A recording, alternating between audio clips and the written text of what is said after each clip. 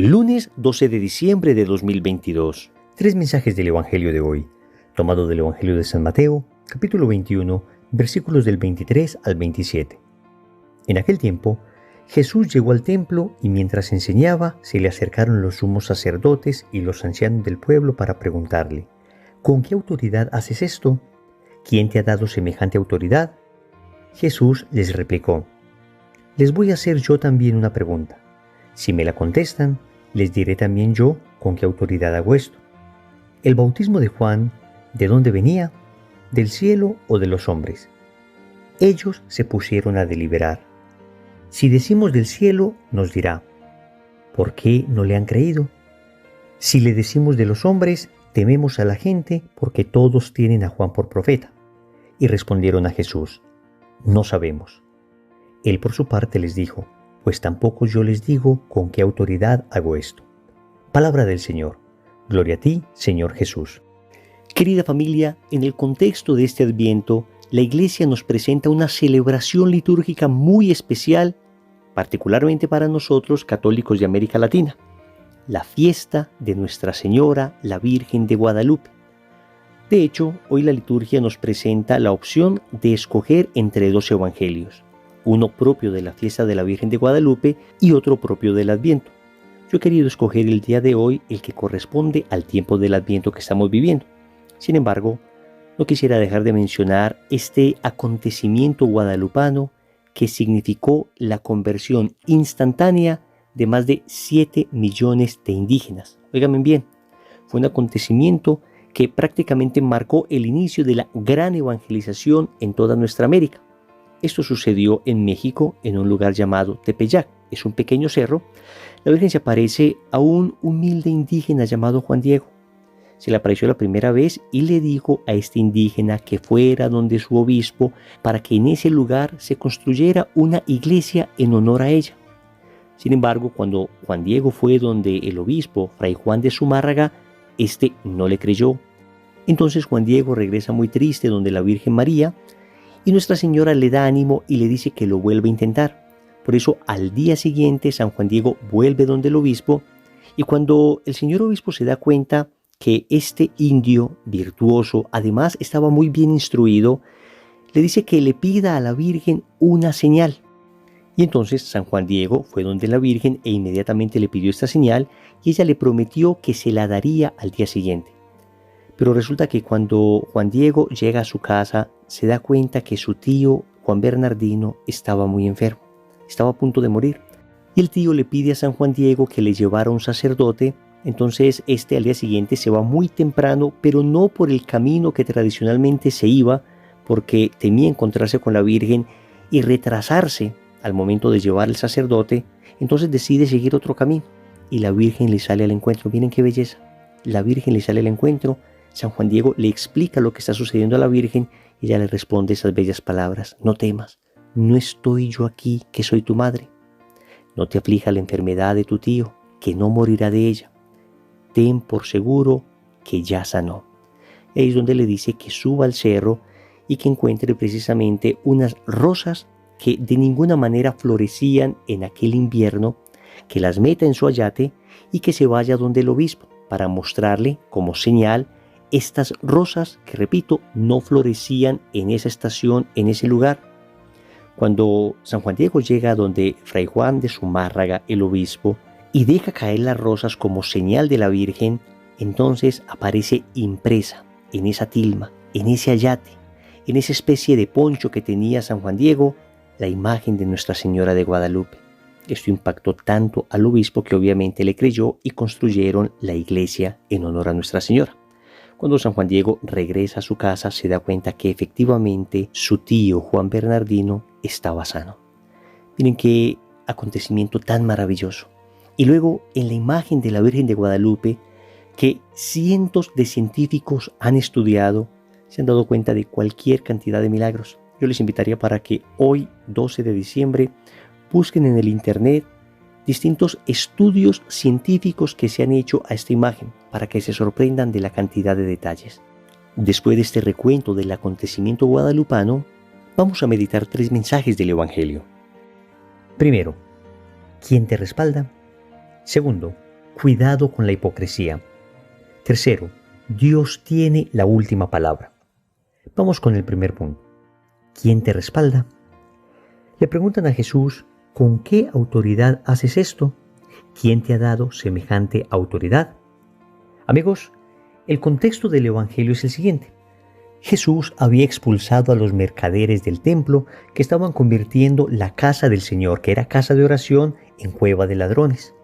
Esto, por supuesto, había suscitado un tremendo revuelo en Jerusalén, y por eso los sumos sacerdotes vinieron a confrontar a Jesús. Y le preguntan sobre su autoridad, sobre quién respalda sus acciones, debido a que entonces solo podían enseñar las personas que hubiesen estado en alguna especie de escuela rabínica.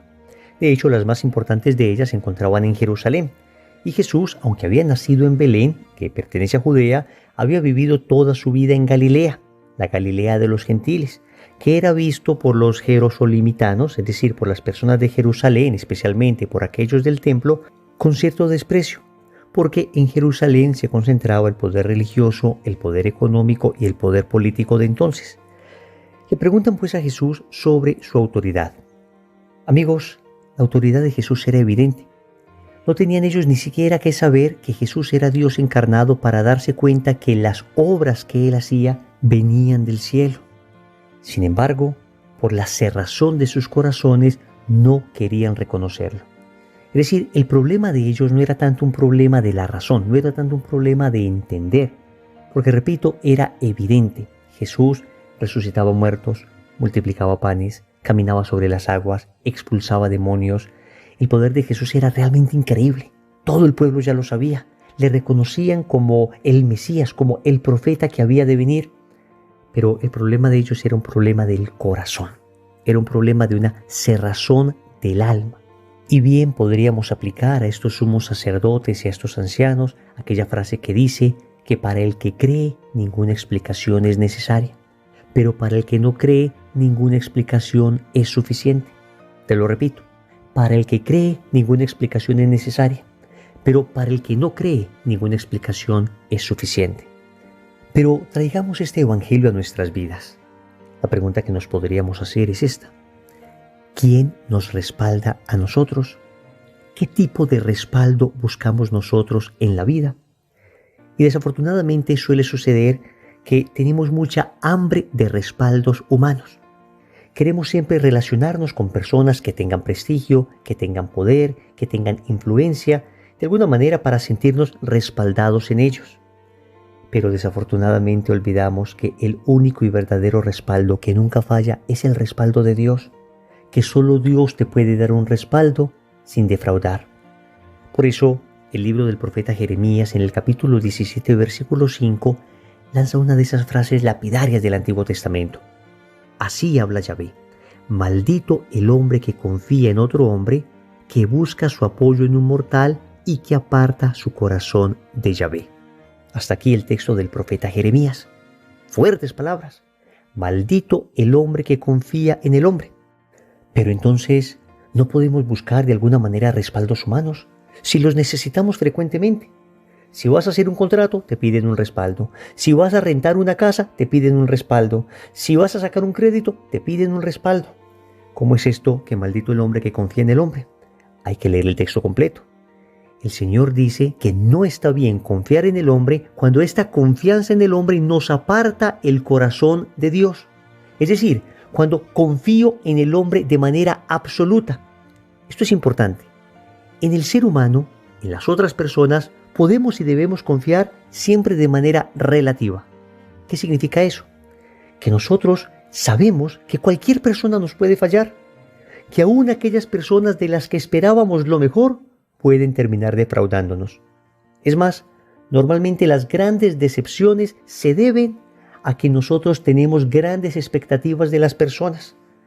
Alguien decía que el que duerme en el suelo no se cae de la cama. Es una manera de expresar que debemos mantener los pies en el suelo. No debemos esperar tanto de otras personas, no debemos tener las expectativas tan altas de nadie, solo de Dios. Entonces, de los seres humanos esperamos respaldo relativo. Tenemos una confianza relativa, pero solo de Dios tenemos un respaldo absoluto. y solo en Él podemos poner una confianza absoluta. Él es el único que jamás te va a fallar. Segundo, cuidado con la hipocresía. El Señor le responde a estos sumos sacerdotes y a estos ancianos lo siguiente: les voy a hacer también yo una pregunta. Si me la contestan, les diré también yo con qué autoridad hago esto. ¿El bautismo de Juan de dónde venía? ¿Del cielo o de los hombres? El Evangelio nos dice que ellos se pusieron a deliberar y claro, la respuesta que dieron fue la propia de los que son hipócritas. Se decían: si decimos del cielo, nos dirá, ¿por qué no le han creído? Si decimos de los hombres, tememos a la gente porque todos tienen a Juan por profeta. Y entonces le respondieron a Jesús: no lo sabemos. Querida familia, aquí está la hipocresía de estas personas. Ellos en realidad sí tenían una opinión formada sobre Juan Bautista. Y la opinión era evidente. No creían que él fuera un profeta. Porque la actitud de Juan, una actitud de desprendimiento, una actitud de austeridad, una crítica permanente a la hipocresía, obviamente les fastidiaba. Entonces nunca lo reconocieron como profeta. Y ellos debieron haberle dicho a Jesús con honestidad: no lo consideramos un profeta, aunque estuvieran equivocados y aunque las personas se vinieran contra ellos. Pero lo que ve Jesús en el corazón de ellos no es que sean personas equivocadas, sino que eran personas hipócritas, porque le dijeron a Jesús: no lo sabemos. Y aquí está el verdadero problema, amigos. El problema consiste no tanto en que nosotros nos equivoquemos, sino en que seamos personas dobles, personas hipócritas. Si ellos hubiesen sido honestos, les aseguro que esto hubiera sido el inicio de un camino de conversión. Si ellos hubieran dicho la verdad, o por lo menos lo que ellos consideraban que era la verdad, si hubieran dado su juicio como lo pensaban, de allí se hubiera pegado el Señor para empezar un proceso de cambio en sus corazones. Pero estas personas en realidad no querían conocer la verdad. Ellos no querían saber de dónde procedía la autoridad de Jesús, porque aunque el Señor se los hubiera revelado, aunque una voz del cielo les hubiera dicho que este era el Hijo amado, que este era el Mesías, no hubieran creído. Ellos tenían cerrado el corazón. Y esto nos llama a nosotros a cuidarnos de la hipocresía. Querida familia, nos podemos equivocar. En ocasiones fallamos en el juicio. En ocasiones juzgamos mal. Pero tratemos de ser siempre sinceros, y especialmente con Dios. Cuando se es sincero con Dios, entonces uno aprende a ser sincero con los demás. Lo que el Señor no soporta es la hipocresía. Y con humildad debemos reconocer hoy que en muchas ocasiones hemos caído en ella, que en muchas ocasiones hemos sido también nosotros hipócritas. Entonces hay que buscar la sinceridad interior, hay que conquistar esa virtud. Y atentos, ser sincero no es decir todo lo que se piensa, sino no decir nunca lo contrario de lo que se piensa. Esa es una famosa frase de un famoso escritor llamado André Maurois. Oigan, ser sincero no es decir todo lo que se piensa, porque ese sería el otro extremo. Como soy sincero, cualquier cosa que se me venga a la cabeza la voy diciendo de manera imprudente. Hombre, por supuesto que no, porque yo no estoy seguro de que eso que pienso es cierto. Lo que no se puede hacer es decir cosas contrarias a las que se piensa. Eso es hipocresía, es falta de unidad interior. Familia, ante Dios, la virtud de la sinceridad es esencial. Seamos sinceros con Él, incluso cuando no entendamos algo, de la doctrina, de la iglesia, de nuestra vida. Con humildad y sinceridad, digámosle a Dios lo que sentimos. Nunca hipocresía ante Dios, nunca hipocresía ante el prójimo. Tercero, Dios tiene la última palabra. Como los sumos sacerdotes y los ancianos le dicen a Jesús que no sabían de dónde venía la autoridad de Juan, aunque, repito, estaban actuando de manera hipócrita, el Señor les responde: pues tampoco yo les digo con qué autoridad hago esto. Familia, Cristo tiene la última palabra. Aunque está ante los sumos sacerdotes, aunque está ante los ancianos del templo, el Señor tiene la última palabra. Él es Dios y decide si responde o no responde. Y esto es importante y nos llena de esperanza. Saber que Dios siempre tiene la palabra final nos debe llenar de esperanza, porque en muchas ocasiones las cosas en nuestra vida no marchan bien y pareciera que todo va en reversa, en el aspecto económico, en el aspecto familiar, en el aspecto afectivo, en el aspecto espiritual. Y entonces muchas veces tenemos la tentación de desesperarnos. Muchas veces tenemos la tentación de ver todo tan oscuro al punto que creemos que ya nada tiene solución. Pero hoy el Señor nos muestra que Él tiene la última palabra, de manera que tranquilo.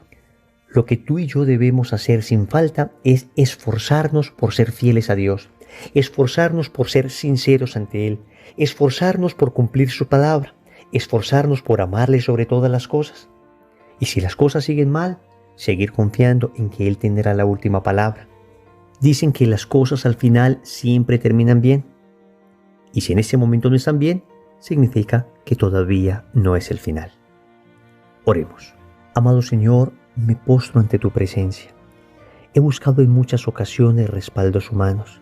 He buscado en muchas ocasiones confiar en los hombres. Me han dado falsas seguridades. Y yo hoy reconozco con humildad que he sido decepcionado. Por eso, solo en ti esperaré, solo en ti confiaré, solo de ti esperaré el respaldo. De nadie más. Sé, Señor, que en ti puedo confiar porque tú no defraudas. Y lo he aprendido desafortunadamente a base de golpes y decepciones. Pero hoy, Señor, en el Evangelio me muestras una vez más que solo en ti puedo esperar.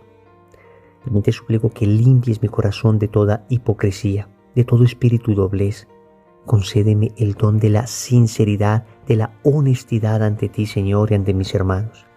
Finalmente, Señor, hoy me llena de esperanza recordar que tú siempre tienes la última palabra y que a pesar de que todo parezca que se oscurece, de que el horizonte se presente sombrío y cargado de nubes oscuras, a pesar de todo ello, eres tú, Señor, quien va a triunfar.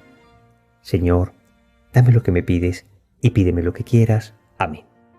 Recordemos entonces, primero, ¿quién te respalda? Segundo, cuidado con la hipocresía.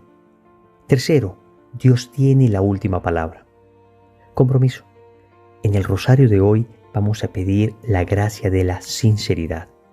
En el nombre del Padre, y del Hijo, y del Espíritu Santo. Amén.